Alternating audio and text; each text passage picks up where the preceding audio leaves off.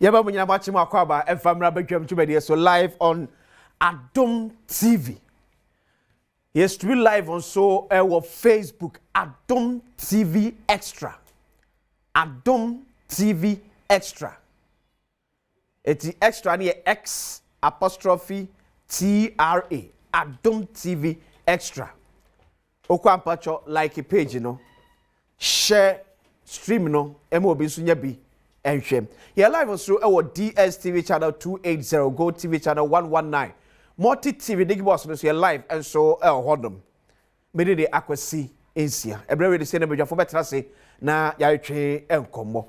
Some just one yasa report we are on nurses, no normal call a Ministry of Health. Almost one call to minister, no, and response a minister at the man, but just standing by, sir. Report no F mamne ma hwefo nso ntimi nya kwanya enhwebi the concerns of your nurses say omoye adwuma for abosumi makomako edu abosumi makomako du. There also another press statement from Junior Doctors Association of Ghana. You also threatening abanse say almost your adwuma be say between 10 to 14 months 10 to 14 months almost makatwa so emai to say abanse antimi anhwe anyu akatwa bibi amfa mo a. So that's the statement of the junior doctors. Yeah, that was screen. So I'm ready. Kakra, where's we wait for the report on the nurses, no? And na call. Yeah, Health Ministry. So this is a statement from Junior Doctors Association of Ghana. Also press release. Withdrawal of services by Junior Doctors Association of Ghana. The Junior Doctors Association of Ghana announces that its members went back on a nationwide withdrawal of services following months of neglect and unfair treatment of some of its members. Over 200 junior doctors have worked for 10 to 14 months without salaries. Moreover, several medical officers who were previously on payroll have had their salaries stopped without explanation. We also have over 800 medical officers who have been awaiting posting for their first year 4 months. Despite repeated engagement with authorities and good will shown towards the government, no solutions have been offered. The Junior Doctors Association therefore directs as follows that all members should 1. Withdraw all outpatient services effective Tuesday, 7th October 2025 until further notice. However, inpatients will continue to be managed until discharge, but no new cases will be admitted. The association wishes to make it clear that the continuous exploitation of junior doctors will no longer be tolerated. So, Mama Sanye, Dr. Louisa Nkrumah, and I feel Dr. Rhoda Amadou. Dr. Louisa, President, and Rhoda, the General Secretary. Tomoso asem nyina say you junior doctors who Ghana best 200 between 10 to 14 months o makatwa emaye ene bi so won mu ana yetwi o makadada ye jai o makatwa ya ye nkyire bibia mu emfa enkyire mu de entia entwi o muka no ebiem eti o muka from nyame yadmo Tuesday se o ya na akọ hospital unya junior doctors ebehwew. Say Dr. Penina so say junior doctor no say be so mu ansa na Dr. Penia ba obeda wan so da honum sa na mo so mo of a hospital as of Tuesday dear we are sorted ye be hwew na mo after Tuesday na say wa fe na wo ba dia to adwum so mo so pa na aba be si abaja ya sa dia enya adwuma so ekukwa no ayanhwe nurses ne call Ministry of Health ekumodie ya ekoso honum.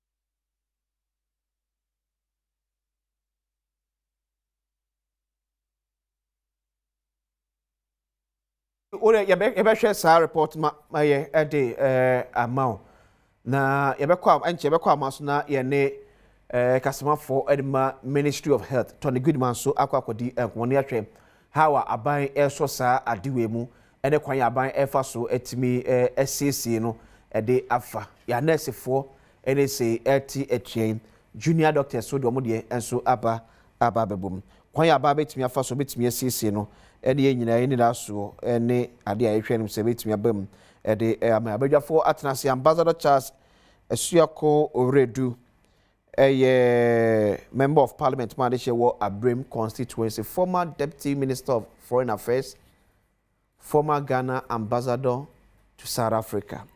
Sanso Ena Stuttgart, Member of Parliament Madishewo Brekum West constituency. About what Mpensenpensenmu Baba Cancer Engine. Ambassador Bakode. Adom. Now, Odi a ranking member, not deputy ranking member. Yeah, deputy ranking member on Communications and Information Committee of Parliament. Now, no more press conference. But now, more demand is on audio.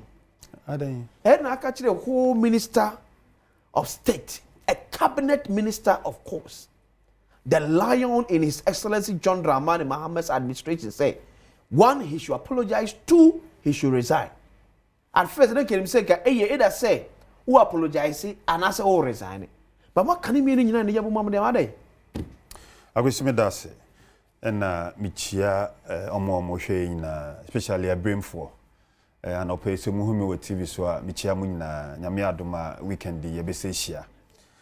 I could say in other jurisdictions, we anka Bruchimpa and Kenya minority and can say a press conference minister on Funday Juman to her. And Konoa quietly. I could say, oh, baby, sir, a banison ya bedu baby a yedui. Ghana, Ija, to say, no, ne, ye, Jumaka crab, was me be a try and can, ya, who say, oh, na TV, I share, GTV, and ya, and I be a program so we endorse. Inti sa channels here DSTV for ye na yeba kotobi yeba kotodi ko deibi na ende busumi bia ye tuaka inti ebi wo paddy ebi wo access ebi wo family in terms of bouquet no omotonton no ebi so wo compact plaques ebi wo premium na osha ye mema na mema bibiri be o ma subscribe to DSTV ni dey compact plaques no because ho na obenya football ashe. Yeah, baby, me say, ball pen and Michelle was our channel, so DSTV ball pen and Michelle. Okay. Because Trahona, me team Liverpool, we near Naminiage. You share so I need my pen baby atna. I go sit Nansemu, you who say, DSTV, oh, ma na buono, o ma bamso, economy no, imuaden, intino buono, omutum, no matum. Inteno na, ya share, say, you me, a jaya.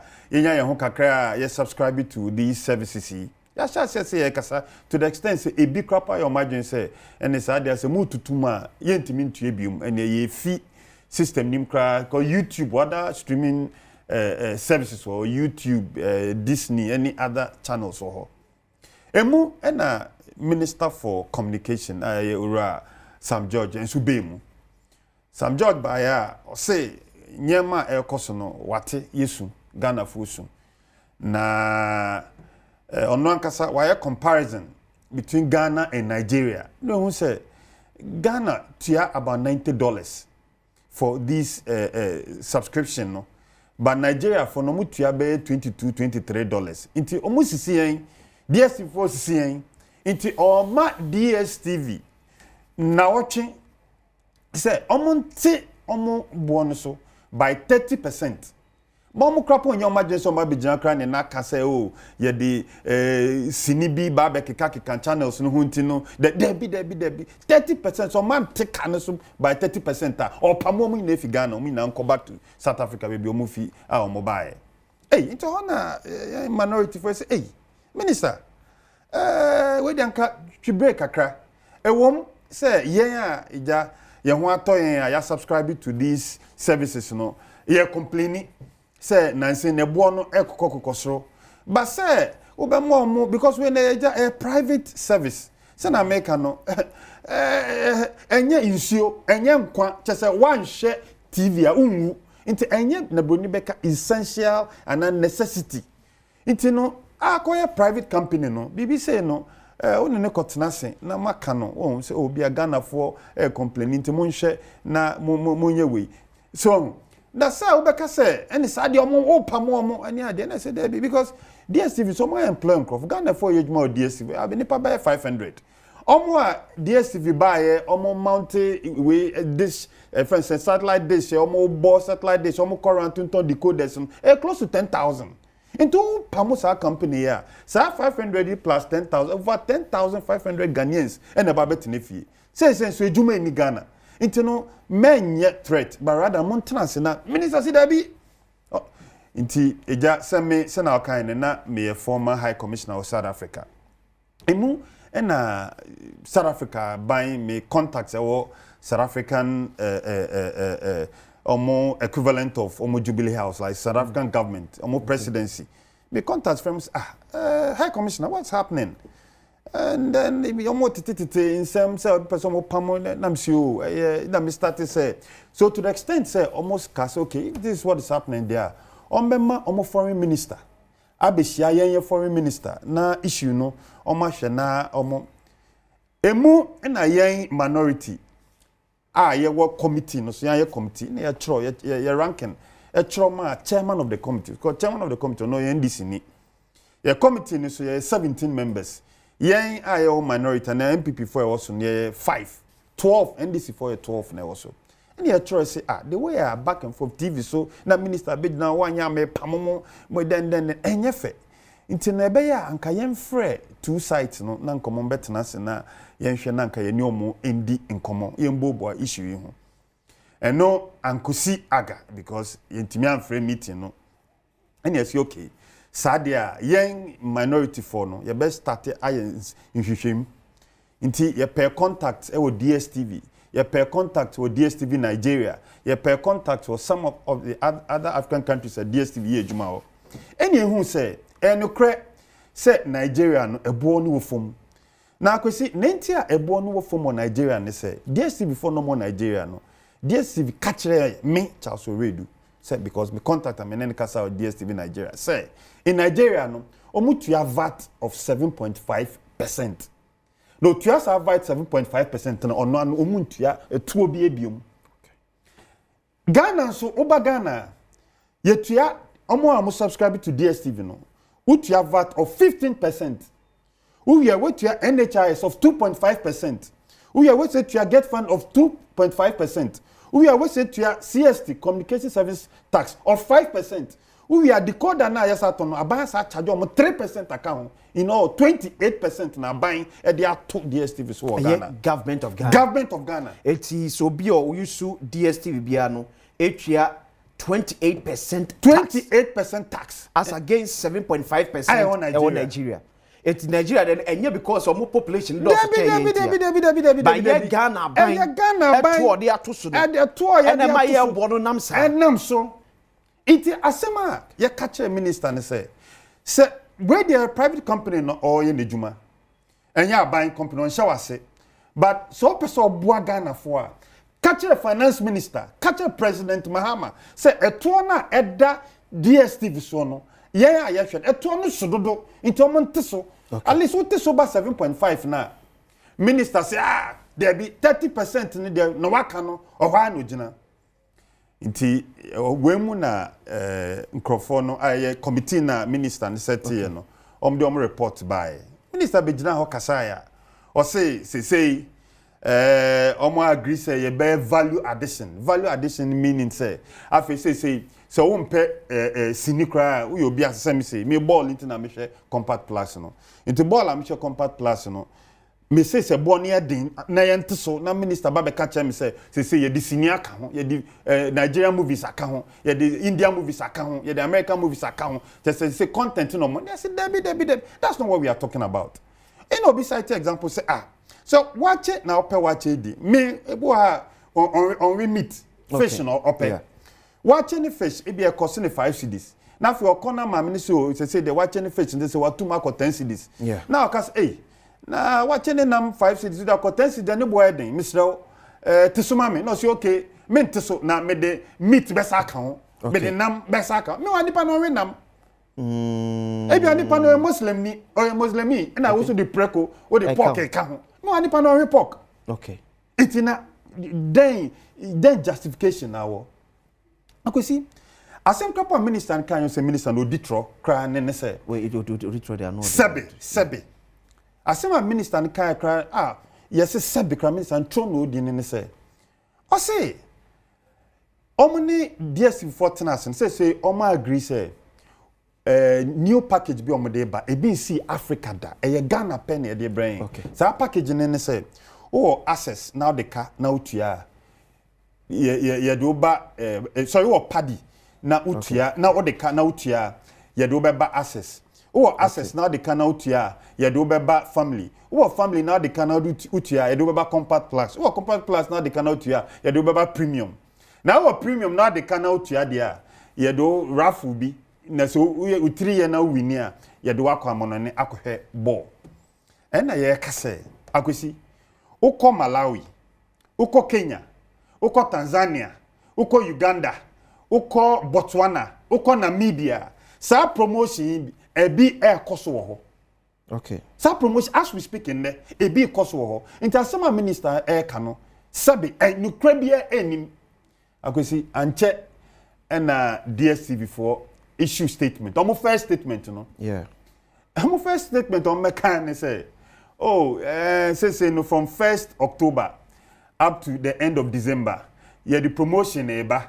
That's our promotion ni package bia na u de canal tia e be move akọ the next package. That is a yen sama ye kan no eno na DSTV abeka. Na say minister ni nsem okan no ene na DSTV for letter and krata no mdi kan choy no ebobra. Eno enya say minister insema obegina ho ka kire enya no na DSTV kan o de osho nyoma kotena sa yen hihye asese no sa new packages si se wo answer because oti asase so na ye Ghana ni pa na o access to sa DSTV a obe enjoy sa package until so obe fi asase so meanwhile DSTV so by say just 3 months and then obo fresh from one na ye DSTV pressure code DSTV and then omo sa the letter for by agwezi asema ye can say minister na be waste your time because from day one unim say 30% price reduction no enya dia unsabetimi aka because a private company adenti na buy obe Ghana for obe catch and say hey 30% na fe wasa ba sasan wechi abek gina ho aka say promotion nimpo ye put the expecting say enjanka obe ba be catch and say Ghana for we dey monfan cheme nanka me come ntokwa amamo me pray san comment so by 30% but 30% na anyeye na omso say some disini bebre be ka ho e de amamo nti no monfa ncheme na kakra yenyi nanka yensom saa me say wo be ka bibi say ya anka be say okay minister no wa ho brase minister no ehu say because we are saying bibia na opre na onsaka minister ni senya ahonde be gina ho ka say yembo nsema no mo sako kosia mo oba friends Joy oni Evans means akoye interview ma Evans ibisan question catch Evans ma den school na akoye ana school akoye nche obrofo won minister of state ya to abama o president twensema okeka also gina TV so ka say yen minority for na ye work sa committee no so no yen ba meetings na ye ba meetings so kra ye say ye incompetent whole minister asema yakoka ene say asema ye kan ya minister ni didi atem ewo TV so ene say ye de minister ye de anka ye de minister anka the way we share Ghana for be share omo boni ade nyama nkoye no anka be pa ye chow na anka yemfa yi entu yi minister say didi atem o say ye incompetent and so wow sir ene na eba ye odia enti no baby ye dui ye de ne can say we share the president of Ghana the way otie the way okasa ni demeanor we share me nua Stuttgart so MP share ni demeanor akwesi so the way Stuttgart okasa o come na ko say o de me share the way Stuttgart o come na ko say akwesi share the way akwesi emotional blackmail akwesi share the way Stuttgart otie share ni demeanor share the way okasa minister ni be gina ho na say NDC national chairman say dun ketia okay what if say Sam George the way kasa no kasa ye kai say we a minister of state we a cabinet minister it is only Ghana for kasa aho Brazil bre ohun ase na tumi enda hoda ase dun ketia krokai okay so minister ni sorry no kasa we bisa no question crapa na what to told them out yes minister say na aba be dia o man penye John Dramani Mahama yes raw sa papa we nsu onse emfata say obedi wechi say usuafo nti no pe baby na fa ne tena na say studio dumpo na nka obe fa na nka ye nyina no na yabo agene so akwesi yesuma no okay eti ba misa one abra ensem no esori ye no as minority and as a committee mutimi kan bomu efre minister to brief you on maybe reason here or the yes man. I could see ye na on the committee bia sina Stuttgart nim no your chairman. Yeah. Chairman no say we share your structure in parliament na NDC ni na eda no for your committee. Sure. And your ranking. Into your side on na like your chairman ne kasa so one try na on free one try. Dey share na eche na so okay ni e be tro e dey aton krata so. Into your ranking throw to letter so. E dey ma your chairman. So chairman, free meeting no na yina yenhwe na yenka yehumbom na saasem ko the way I call TV so we akame we timi emboan ankosiaga hweyama ene ya bedu bebe yedu en na nansa na mete say ye chairman say o say bebi ade ne du no de say yekum but anke komuntema agosi anke yembedu bebi edu. So it means that the minority on the committee make effort say you make effort. Even in the setting up of the committee, crap, minister committee, or setting up some betting in Bobo Assembly, we wanted us to be represented. At least,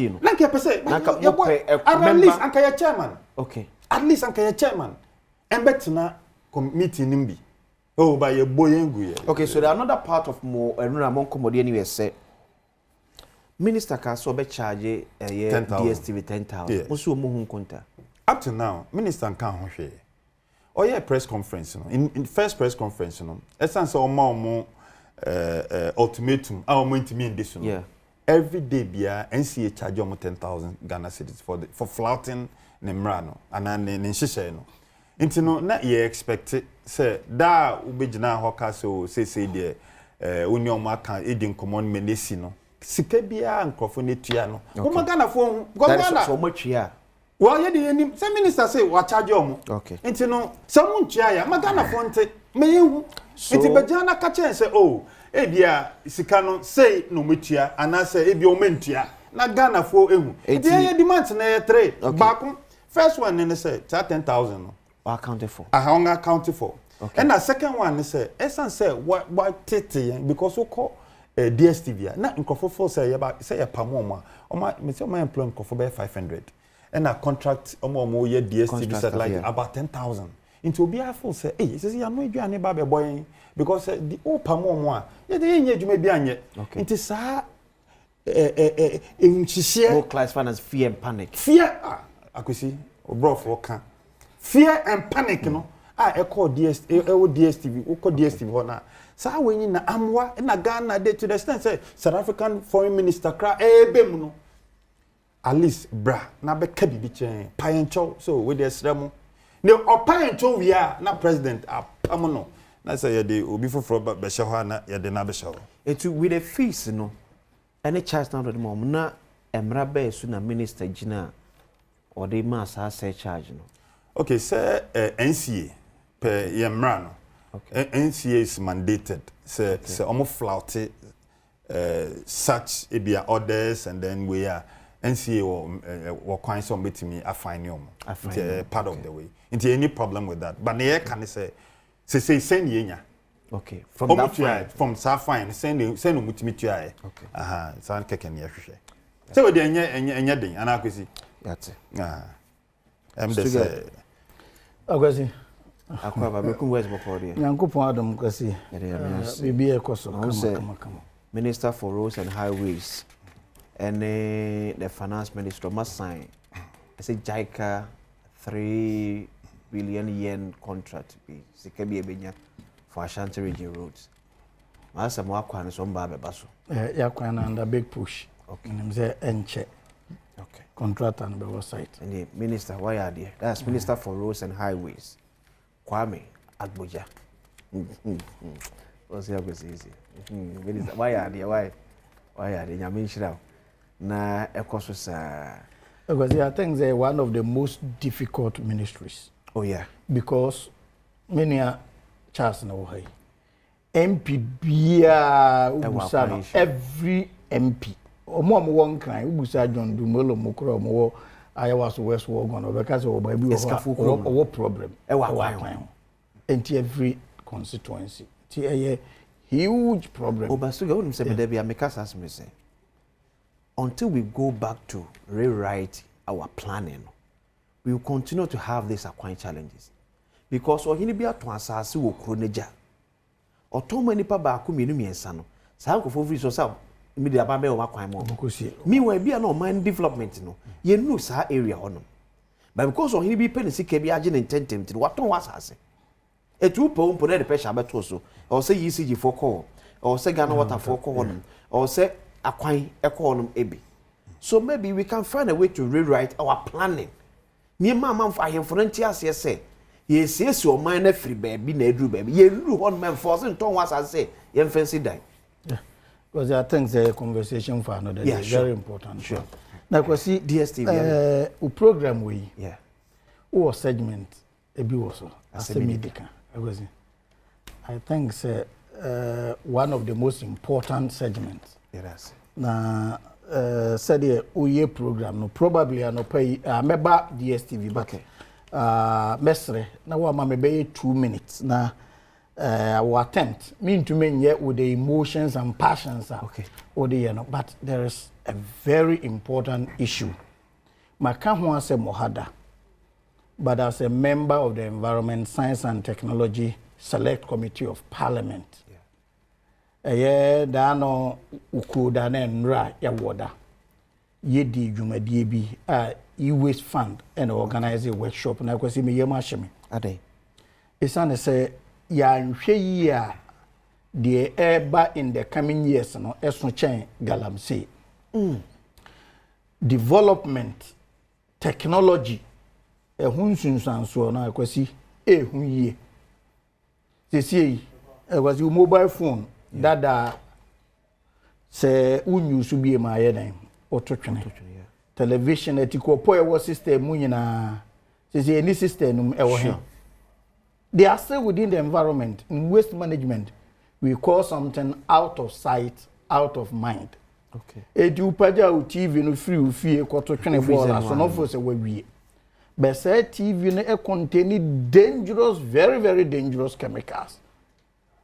It contain cyanide, more cadmium, more very heavy metals, lead, are dangerous to our health. And the issue of electronic waste management, idea okay. I was here called National Holding Center NRA, Hacho, DVLH, hundreds of thousands of tons are piling holding. The question we're asking is say DNA ye dey be yeah ye need facilities a bit me recycle and even some components cannot be recycled if they are not managed very well. Baby ye bedu no a chain galamsey na mpuntu okoso technology koso mobile phones batteries pen drive televisions cameras be electrical electronics are use on our end life. Yeah. Na kwesi ye wi a no so nya de a wo koto atwene say e be decompose. Sure. And chemicals wom no. And we all know aboblochi various reports approve say we are say nyina aboblochi edu ba bi na ye ka ba bi a hoye the most poisonous site on the world. Aboblochi first second among because of the scraps. The scraps na ye damp wo ho no. Nyankopon Adom ya yemra EPA Act 1124 Part 4 of it 2025 electronic waste management ensensem enti ya ade a asoman no esese ye hwe de yie sane se when I toured the holding center enra na ye workshop a dismantle electrical equipment ehunu dangerous components a ewom na kwasi ehu ye etiesese oman no yetumi hwe na kwasi can you believe say wo hwe oman yi mu a nipa ba ko bia anya hwe yafe who generate about 20 kilograms of electronic waste.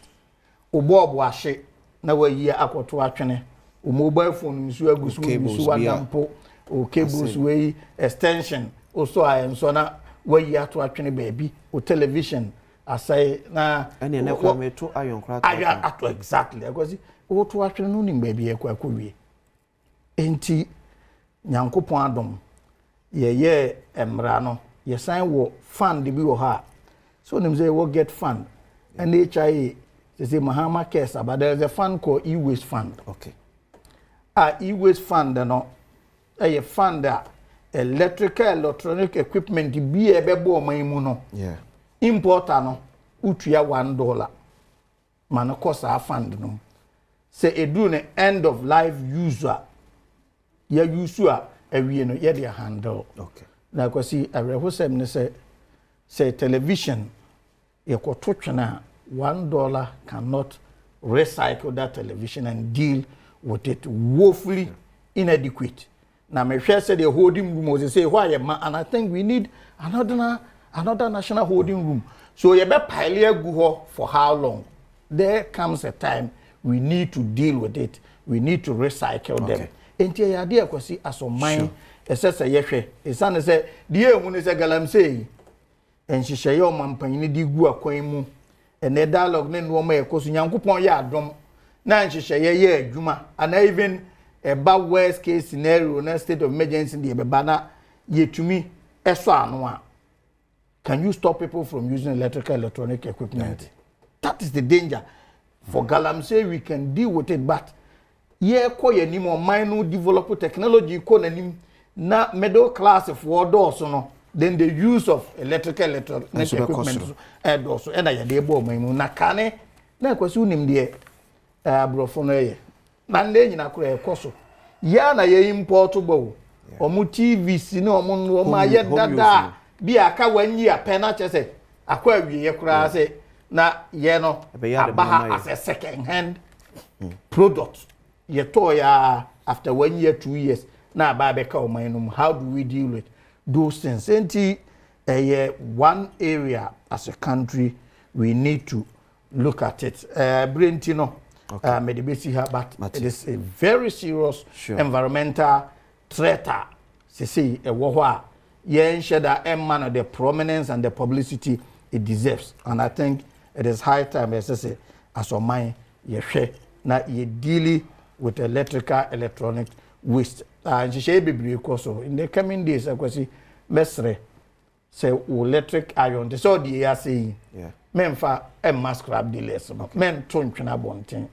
Be a call supermarket baby me come baby na Chinese say they are putting a boot.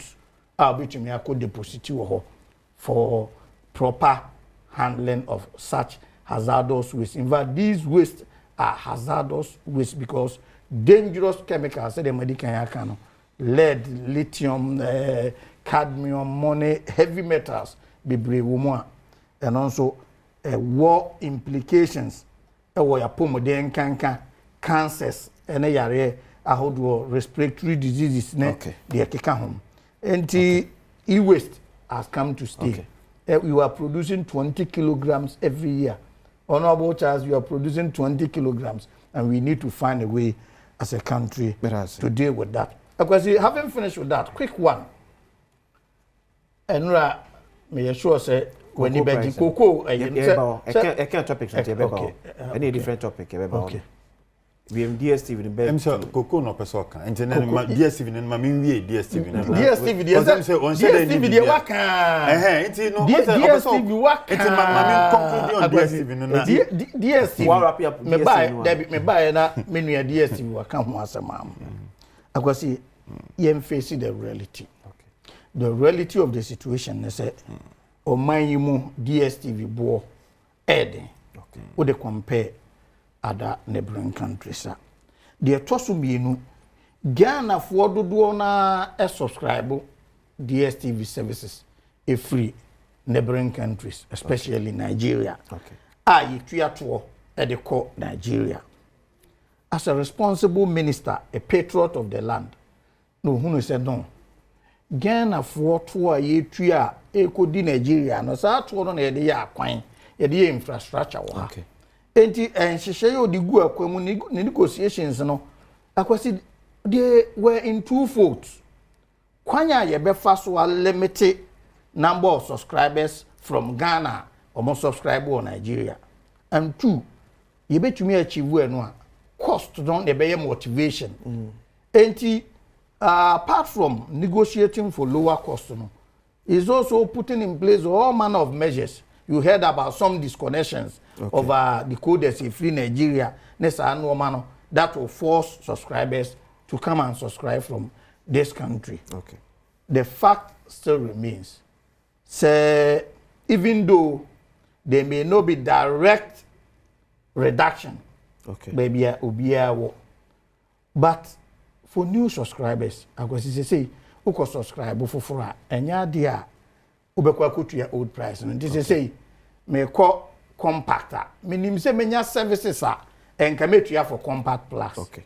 So, in a way, it is savings for that person. Now, no, American, it will have my family package. Ma, me nkora mo de toys ne ade. Inti league be sha see.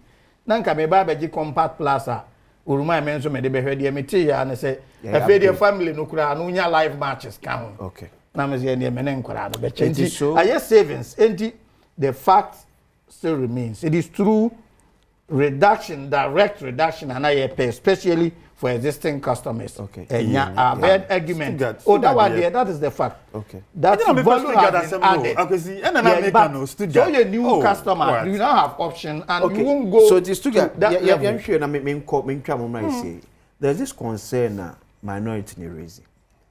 Say Ghana taxes on DSTV is around 28%. Exactly. Nigeria is 7.5%. Yeah. Yes.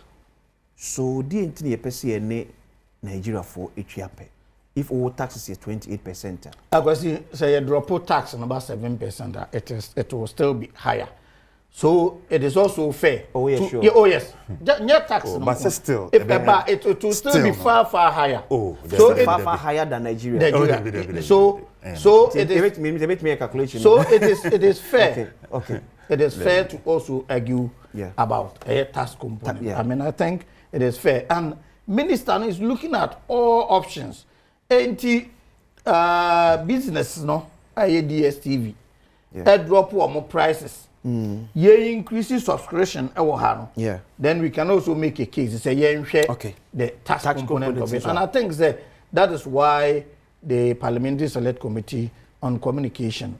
These are issues they can also discuss and raise. But the fact remains, no boarding and the SSA, they bought some George Abaso, the courage to confront this issue. In fact, DSTV bought the question, Minister Bia, who said, what to me, a paja issue, not to the front burner as we discussing it.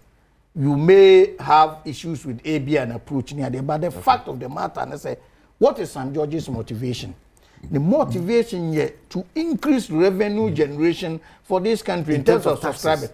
Now, what I say, the only way, to be very honest, when the prices out there are far cheaper, it is very difficult to get people to come and. Okay. So when the prices drop, and he may not have achieved exactly like the 30%, but there's one addition of value to new subscribers, a lot of savings. Okay. Based on packaging levels. Okay. And three, committee has been set, and committee, let us not get it wrong. And your pricing committee said, very people say every 3 months the committee will review the prices. The committee is looking in totality of DSTV, how we can increase subscriptions in Ghana here, how we can go about pricing and all those things. So next 3 months they will come up, and by then, who knows? They said they can be clear as part of deliberations, tax component may also be issued. Sure. They may discuss. So the minister has achieved something, even though not exactly what he wanted, but as a starting point. Okay. Having brought the issue to the front burner, for Oguso Hebegem on Adom TV. Mamanya way Emre say the metua enkomode so. Eba munyina kwa babiem enso efamra begem so on Adom TV live on DSTV channel 280, Go TV channel 119. Yes, stream on Facebook, search for Adom TV Extra. Oko YouTube so ye Adom TV. Ja comment ho na ye NKK enfama. Amazon. Say la mo to aba kokko akuafo mu. Abanside the 400 cities aba be kan won wiem. Oh. I guess the way I share a question as no name say e be andan op PSI announcement for Phobium because still in do 6,500 no. In do 6,000 no more kind. Debi. I go see you na your Ghana and prior to the elections NDC paying for kind finance minister kan home president ni ade. Yen ye tu mu no. Omo ka che en say idebi bibi anka say kudu pa ni de amboa na ekuafo no ye sisi omo ye di omo sika na se nyame adom na omo ba ben mu a omo ntua na ye 6,500 e bi kwa promises 7,000 Ghana cedis nti akwesi we na eja oba meme constituency abrem a lot of the MPP for omo ye omodo anekuafo no mo ye koko ejuma bebre na me call more campaign time oh na MPP jawa o MPP no say but bona koko bona yetua ne de because NDC force omo bo metua 7,000 na 7,000 is 3,000 plus na 6,000 na sa 3,000 plus na mutua ne de na mo mbo je se musisi na say oh wo de tie yen na say the way anyama ne tie no say debi na bebre kotuma NDC. Nyame ncha de Mpensenpensenmu John Dramani Mahama wa be president na the finance minister and so share bono so be finance minister. Na mo boa ekuafo a. Share figure about 396 Ghana cedis. Akwesi wo hwe sa calculation a omoye ndra. On say normally no ye dey say ye to ye koko mu a aya ye compare Côte d'Ivoire. Yeah. Inti normally Côte d'Ivoire tum ye be 2-3 days later na so ya tum. Na ya na akwesi strategy ne say wo ye ni such a way say wo bo no any Côte d'Ivoire bo no eben. Okay. Sana nkrofo ntimi asmogo koko no and cross border no because in most instances no sana ye tie nkrofo smogo koko no because aya na Côte d'Ivoire bono de no mo bono e wosoro I will see Côte d'Ivoire for atuom koko mu say omu koko ne about per bag ne about 4,200 no 4,200 Ghana cedis we do bag Ghana cedis mu na Ghana ekotu ye die mu a ekotu 3,625 say what they can one what they say 400 ne count say Ghana per bag no about 3,600 about 620 BB. Okay. I could see there's still a huge gap. 600 cities. It's a lot of money. 6 million. It's a lot of money. Oba me kroma, oba brim, oko in kron na omodo koko na, oko ekwiase ni nkro akese ni nkro keten omodo 6 million enough motivation. 6 million say old per cities. bag. Old 6 old million. Cities, per bag. I could see per bag enough motivation for the ordinary cocoa farmer to smuggle because say bag pen auto okay it is a ultimate nyan ho be nya be 5 bags 6 bags 10 even 10 bags I could multiply 10 bags times 6 million it's a lot of money enye sika ketwa na oye bibi say ya na obegina na ka say o yembo nsem a onya hwe because endu 6,500 now promise Ghana for no and bankra 6 you promise Ghanaian 6,500 can we take it as 6,000 and no counts and for the 4-year period now o man kasa I go so man ka say na ye tio so see NDC ba well me dey enye sa na me mete o masum o man I'm say 6,500 o mo ba be ma NDC ba 6,500 NDC free power na ye no mo free power ansa de bona ba matum akwase biom industry Stuttgart industry metna ho de me nkasa you have the opportunity to speak akwase biom farmers isu me ho abrem farming community so wa onim farmers isu one notice say bebia cocoa na asase no gold so she ho most of the time me obam constituency abrem there's a gold mining company in abrem there are so many galamsey koso abrem cocoa no inte affect cocoa no omo amudo cocoa obi say se me do cocoa na menya 6,500 na obeba me sa 3,600 and we dia na obi so ba no se o wasase no gold she ho enti no sa dia mema oje 10,000 na me say me twitwa cocoa na me to gold na obeye bebre na are giving their omdom sa say che omu jiska no na ye de insase na I galamsey because maybe omu nye more permutation because 6,500 na ye promise you money emfa ma omu ye itin onhu onya 6,000 onya na if akusu bedo cocoa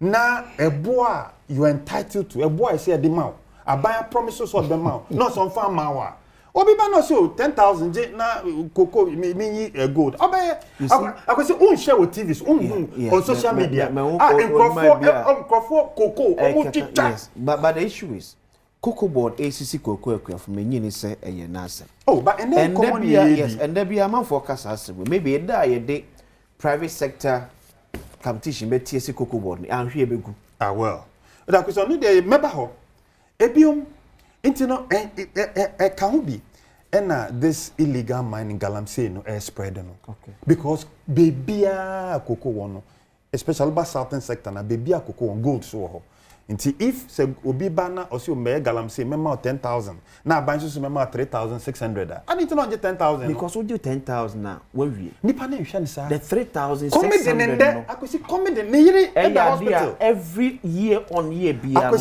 me say ne yiri the hospital a ohie sika sese a ne benya admission wo school a person de ne bako university ohie sika ne sese a ne dan first insuator na ne dan ne so apa ohie chance ne sese a oso se future akosi biom cocoa farmers na wo meme constituency no o be a friend cocoa card aya cocoa board for cocoa board edemom intino se uwie na cocoa ba na bia o pese okoton cocoa na se oni cocoa card na untimi nton cocoa no the whole year cocoa card ni cocoa board for nye bi mom ye oh wow I don't know to be na mtom cocoa that's the problem ti wa mo na to cocoa no enti omo card ni bi no but it's a cocoa na your business every way bi no enti omo card ni bi ji omo ni card ni bi dia but that shouldn't be the case akosi ebiom indro a abanya promise said bema cocoa farmers up to ndro no endu for me because me say na wonim every weekend bi am go me constituency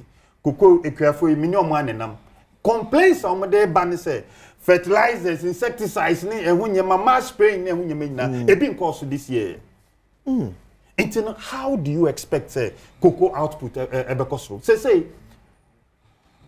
etiefo ana omo hwe enima Ecuador a country in Latin America, South America. Say yes, by the end of the year, Ecuador is the second in terms of cocoa production in the world. They say, oh, you Cote d'Ivoire, Ghana, nanka the whole world. First, in Ghana, nanka number 1, and I Cote d'Ivoire be China. Say the number 2 in Impon. Say Ecuador, be Ghana, because omo cocoa ni na started at the ma ye tu galamsey because aban intimi enhom kana aban intimi momo nyamom hia na omde ayomudjuma enti say if indeed the promise if we say obi from a cocoa growing community, yes, what should be the way out? The way out, they say aban should go by the promise, no. So 6,500 man in chain till say MPP be win election and I said till December you ba be 2 na o me fit power na aka so we fan but sometimes na unya asase bia e tun say aban ma 6,000 e dia oh a big incentive Akosi, a big incentive to the ordinary cocoa farmer. What shows say Cote d'Ivoire e between 6,000? Well, and they send the Debian, I say to me, match you because I could see, yes, sir. Also, oh, motivate you, who just 6,500. You are solving 2 issues. Apart from, say, cocoa no output in the back. Okay. Galam say issues, no so solve with it. Because we be who are other assassin, will be some to gold also. But I'm telling you. See, I'm 6,000. I'm telling you, call any cocoa pharmacy here says I buying money 6,500 cedis per bag. Or beton or the Nasas the producer price on the world market vis-a-vis the more any more I would buy the can security at the moment. Oh, in one day, and I say I buy a macano. Mass spraying, it's in drone no the fertilizers. And I'm saying this year, and buy it. By in Jim. But and buy into the ordinary cocoa, Nipana or with your cocoa, and say, buy it. Obey Mate. And buy it. That's it. Stugat. Okay. So the cashew. Mania or cocoa. Cocoa so. I'm cocoa. A muya cashew say cocoa. Brekum, one of the biggest cocoa producing areas in Ghana. Cocoa. In fact, my papa, I remember before 83 GHS na over 100 acres of cocoa Brekum. 83 he lost over 70% of that through bushfires. Okay. Enti the edikan ekwasi memfa kwenye so na menchia cocoa akuafo ewo Brekum West. A good number me over 100 years cocoa farmer ene yedaso edidi ho nti cocoa a very strong part of the economy of Brekum and for that matter Brekum West. Akwasi the edikanya meyi ano efa Ghana ne Cote d'Ivoire cocoa buo ho ne se a price a buying their money. And don't forget, say, this is the second time in 2 months I buy a two cocoa boom. Ubekaya August, and or two cocoa boom, they call 3,228. Yeba October, wasanya pajem at the 400 Ghana, a barbecue. Okay. Na akwasi, the wo cocoa bois ye 2 months say. Cocoa na buy to cocoa na no akoton wo dwaman so enti se de ye to wo dwaman so no se akwasi ye mfa ne se aban ntumi nto cocoa 3,625 utie ni ye na onkoton wo dwaman so e bia 2,000 na 3,000 de ye ton wo dwaman so no se sika na aban na akwaje ho besia de beto cocoa no okay e bi do de bro. Now, men clarify 6,500 no. At that time, NDC and kase ye ba sa na ye beton. What we say ye na ye wa ban mu sa bre na. At that time na. Based on President Mahama NDC principled position say aban nyo no ne dua kuku no. Okay. Na mom akuafo aye adwuma na wie na wato kuku no. Ono koton a anya hwe ohamu abupen aduoson 70% of said ye ton dwaman so ne yemfa ma akuafo. Okay. And based on that calculation na say sabre no because that time aban no MPP aban no aji koko no kodwaman so a sika na ode ma akuafo no about just 42% of the ecoso dwaman so. Okay. Say there be okay, can bomb na nya hwe wo mo 70% at that time that price na as I say obunya 6,500. Okay. Na kwesi let me tell you NDC buy ye first ntumu a ye de buy 3,228 no na eye dwaman so ye koton a emu abupen ohamu abupen aduoso 70%. And I'm the man. Yeah, they work here for no. Okay, so you look at the price at the time. Okay. It is a price. They could do say price. FOB price at $100,000, say $10,000. Okay, per ton. Ton. No, wo can one say, we from 70%. And not just say ekuafo no upaja de akobe 7,000 na akobom but say eswat in fact we compare August to October 2024 August to October 2025 our prices are dropped by almost 16%. Prices no and I'm making it way for me first number 2 what for me maybe okay first number 2 to 3,000 no na the price on the world market no say as against for the na mo no so tune by 6,000 FOB that time FOB na you fan about $7,200 FOB in 2024 but that dollar no caveat ni that na dollar no say 10.3 against the dollar. Yeah, so dollar any one more than one thing. Added on advantage good to cocoa. But let me say good in 2024. Start one year wrap it up and I'm say can cook for a bit biyama 6,000. No, I got $10,000. Okay. 9,000 almost $10,000. Any mobile two muko. The money be jina 70% no. Na amanone buono ejina say. FOB buy na ye deba 3,228 no. Okay. Ye FOB they around 7,200. As against 10,000. As against 10,000. Under Kufuado. Okay. Ena ye to me etu mu 70%. You mo dey na. No mutu at that time no. They were paying less than 50%. Sedan ko mutu 70%. Okay. They could have paid 6,000. Enti akwasi yenya ne clear say. Koko buonu jina amanone ebuo no so. Okay. They say FOB price no expect around 7,200. And that way into 7,200 no. And yet to me aya etua about 70% FOB. And they ama ekuafo no 3,600. And let me consider say akwasi me yekuani na me district ekuafo dodo na yekoko ekuafo no yenya ya nanka assign kwa animu bebre echen ba bia koduri but ye nhunu said ye dwaman bo so ebo no te ebo no eni suro te said ye that time na ye ka se omonto ne 6,500 no eno da nchanya aban we ma 3,625 no enhihye fufuro bebre gu enu nti na make say wo compare apples and wa compare apples Cote d'Ivoire dey or dey compare Cote d'Ivoire ni nhihye bia se tertiary fo ye mo koko akuafo ma scholarship sa sika we na aban no gi no bi no dey ye tertiary eye koko akuafo ma scholarship a me say ye ma scholarship next year na me ba e ko tertiary a esane se bi koko nti menya bi eno da nchanya fertilizers a aban no dey che free no eno nso nka Cote d'Ivoire package no ho fungicides a odi che eye flower inducers eye support a odi ma any support ahodo a aban no dey ma na because mo ade amode ma yi mo capture no very well apart from uka dey me fe ewo story amode ma ye na ho say Cocoa Board will continue to implement support measures to boost productivity and welfare among cocoa farmers. This include continued free supply of cocoa fertilizers, both liquid and granular. Free insecticides, free fungicides, flower inducers, and spraying machines.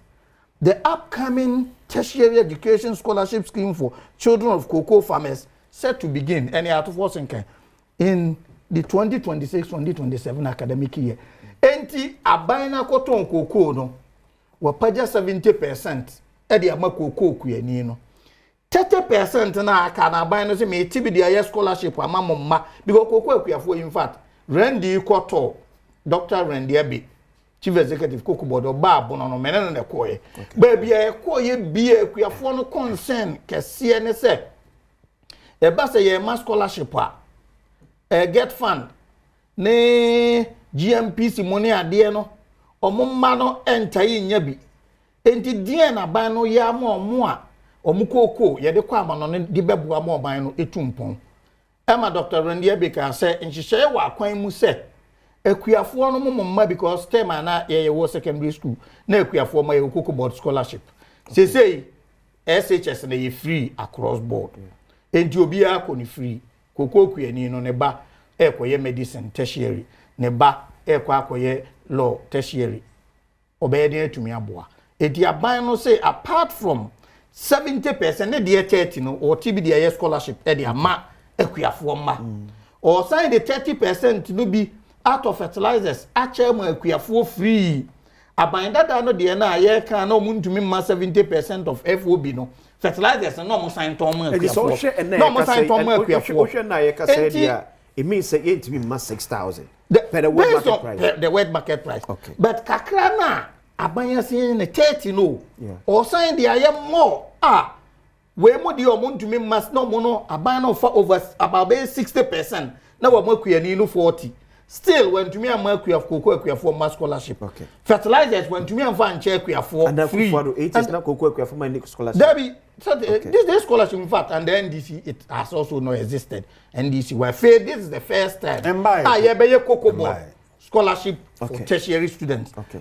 Anti fertilizers the President Mahama one administration Professor Mills free fertilizers and na dey channel momo buy no fertilizers mo beton ye we be can say 80 cedis per but 80 cedis krana people do you know what 80 cedis means for cocoa kuani because obi ho beto be 200 baht yeah. Multiply by 80 you can see the amount of money in terms of FOB price yeah ma 70 yes yeah normal momo buy mo ntumi anje and normal yeah no so Cote d'Ivoire are not doing into okay. A patriotic person of this land na atu cocoa ha na si Cote d'Ivoire de no bro yeso kakra bi be 200 300 na de kwa oba na wa wie university school fees aban no this scholarship oba no sen e na betua ya kwan a ye beye no he na be fa sika de aye enti e ba cocoa akuafo yie di a okay akwasi ye nyina nyentum se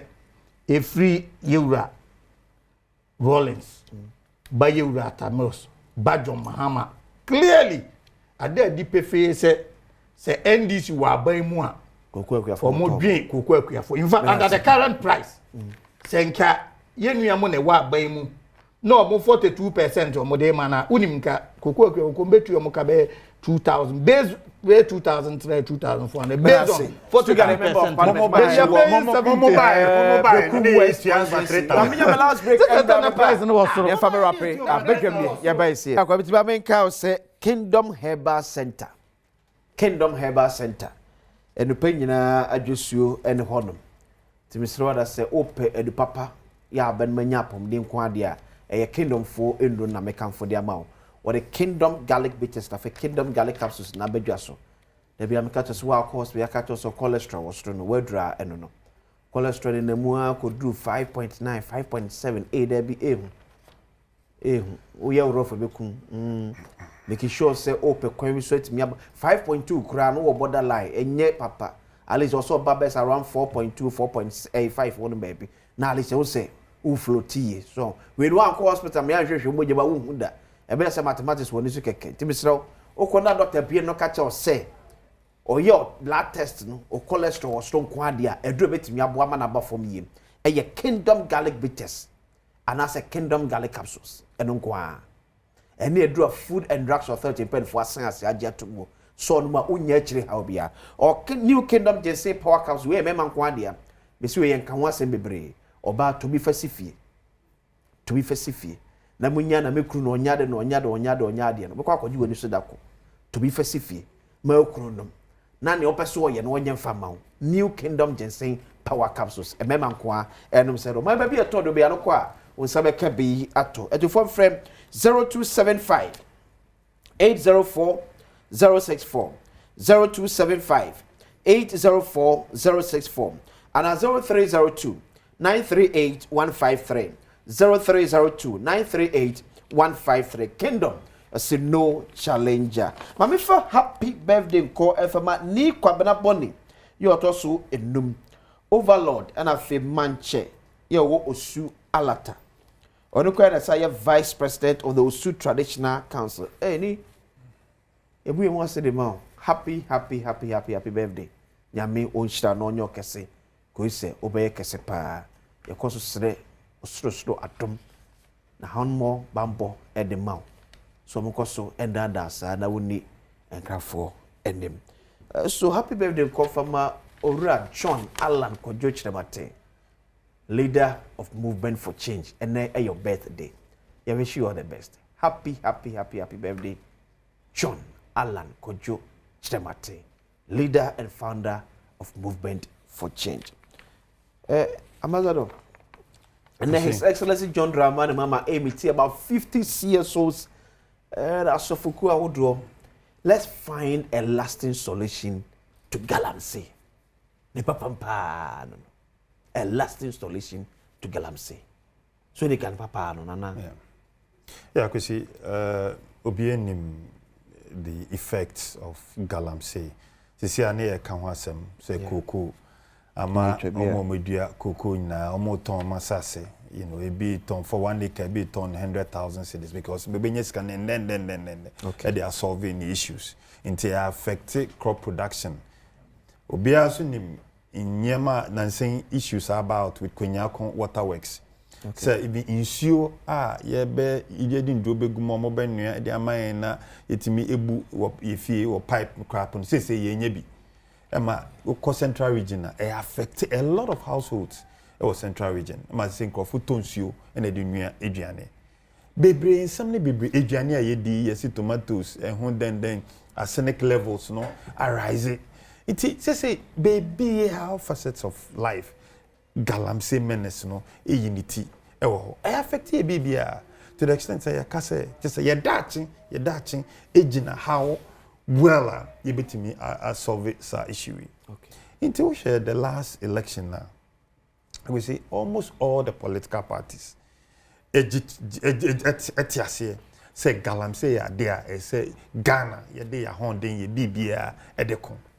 MPP you try you know some of the zones there so be a red zones be a security zones there the police for ko go there the soldier for ko go ni nyina ankosiaga NDC for some time na yes and NDC for catch chance ade amuye enkosiaga emwa na nebe boa ene se mo be frɛ you call for a state of emergency sana NDC for time na ye no asema na NDC for ka ba na enim so ye na ye wa ba mu intino ye na yenim say there be state of emergency na emboa na red zones and security zones no ye ne sa moma na emfaso ebeba so ye amboa na the two aba editiayen na nyame adom send this some sa time no no munim because some buy no they expect some be solve problems no. Okay, I go see say baby ayabedu to the extent say see the turbidity level of Kwenyakon water no first nanka ye 20 something 2,500 say 92,000 I could see 92 from 2,500 last year to 92,000 this year. I must say Kwenyakon water works cry yatum. I could say what are we doing to ourselves? What are we doing to ourselves? Then biomna John Dramani Mahama, President John Dramani Mahama ni NDC government or more change. Time na MPP ewa bem. Ne enokre said there were some political any financial backers be ana omhye sa Galamsey ase nkrofo NDC for kan wasem Ghana for kan wasem nti enim se o sese a nyame adom NDC for aba no esan so munim almost solutions to all the problems no omo ba couple say iOS say every place be abekubia all the districts all the constituencies NDC executives naje Galamsey now what you say state of emergency maybe yes here ena omoye to the extent say Nancy Attorney General cry a press conference say NDC national executives be or report over prosecute say they are involved in Galamsey. I could see ya can say such state of emergency cry no eyemo NDC mo ta mo opposition and na mo ka na say nyame adom na ye de tumi na mamo what stops you mo say oh rather no mo be a friend say mo akofa water guard na water guard roll on me say concern intino omo tete wa omo so bi ye Galamsey say akoye ye Galamsey then to me if soldier for kwa Galamsey intimi ambra na water guard meeting and there ubisami akwesi make just a waste of time meeting I'm telling you akwesi what can ubisami because in the meeting a waste of time ye nim solutions to the problem solution is one you call for a state of emergency and no state of emergency doesn't solve the problem But it brings everybody to ground zero. Then from there, I could see you move on. In the state of emergency doesn't mean say we call it for a state of emergency. Suddenly, Galamsia. That's not what we are talking about. But it restricted omoko under the covers of darkness and ado ahomache omoko to go and stop you from doing what they are doing. I am one say Imani and some of the CEOs can say a waste of time. Imani I can I come say a waste of time. Now so mami I could see me say Imani for say sa meeting omonko find out. I'm say a waste of, because president need solution on him assembly I say Imani for can assembly I say CSUs for can o ma catch a president no. They are not changing. To declare state of emergency. Enyo no nko who declare here there are other measures. So one one party for now we share children because president catch and say onimomo back omuchise galamse nechi or see yen check campaigns rather one now cry to me no. He's the commander in chief of the he is the commander in chief of the Ghana Armed Forces. Okay. He's the president of Ghana. Onim baby amwa. He knows them. Okay. It what stops him from getting them arrested? What stops the president from ensuring say NDC for no couple of them galamse yebe mo mejai. Okay. Akwesi. Medase. Stuga. Akwesi the edikan. Okay. And nejuma die me feel say a first of such elaborate expanded meeting of stakeholders President Mahama Baba imu. Oh yeah. Okay. Na akwesi say ubu o mind na u take drastic actions be to say declaration of certain part of the country as security zones are. Yeah. You need stakeholder engagement. Very, very important. Okay. And the Oka say CSO so can it is 110. So kwesi bia CSO ni bia betna hana or kanasem. This is a dialogue form. What sem na wo kan onko atumrika udi first. But if it is a round table discussion, the people also bring other ideas. So a brainstorming session at the end of the day, then dialogue will come out with some solutions. Say, wait there, the year Juma. For me, it is very important too. His Excellency, or out of date kakra because enra anadwomea mitie Franklin Kujo ewo TV3 news night ama oka say and then he will be the first to be there. Okay. Now the ocean say and the meeting no koso na no mo be discuss no or the next 2-3 months na progress be ama o free next meeting na onko. Okay. So Imani has not said so. Mungwebi said previously, but then ran at the late night news. Okay. 11 p.m. I listened to him. Okay. And I think it's important. Say, obi our idea no. Go and put it on the table in America no. Say kika from different angles. No, can be a but round table discussion where all ideas are collated. Now ye deliberate among for the counter ideas. Bamaye nya. You see, sometimes any president, yes, and I say, we a leader now will take a decision. I may, as a member of parliament, clearly, I know every part of my constituency. I know their developmental needs and challenges. But ye break ye me kobe biya. I said with nananum stakeholders, DNSS when we all agree on, and many a time you baby you know, now no more mbeki kane no more. So a warm plans okay, so that we all build consensus because issue no said yet a crisis it is crisis and a national crisis. Now it has nothing to do with even environmental issues. Yeah, maybe a galam say no your communities near mine. Yeah, why is government not engaging those communities to ask them a quite no fee say you bet me are fighting because there are high levels of engagement at different levels. Okay. Ministerial engagement a lot and no be now. One of those engagements they lead to the establishment of a responsible cooperative mining. Okay. No more call lanchia at James Yeti. And yes, a BB because we just say presidency, DNA, publicity. No, there are a lot of engagement, alternative livelihoods. Of course, we are not being the BB ba adwuma wura de adwuma wura no create small medium scale job owners for about 10,000 and run a onboarding the national apprenticeship program but because Galamsey no fighting you fight it side by side by creating alternative livelihoods said you bet you create adwuma so all these things are going on and I can see the Galamsey menace no impact no any environmental and social impact, economic impact, security impact, everything. And the CSOs here invite here.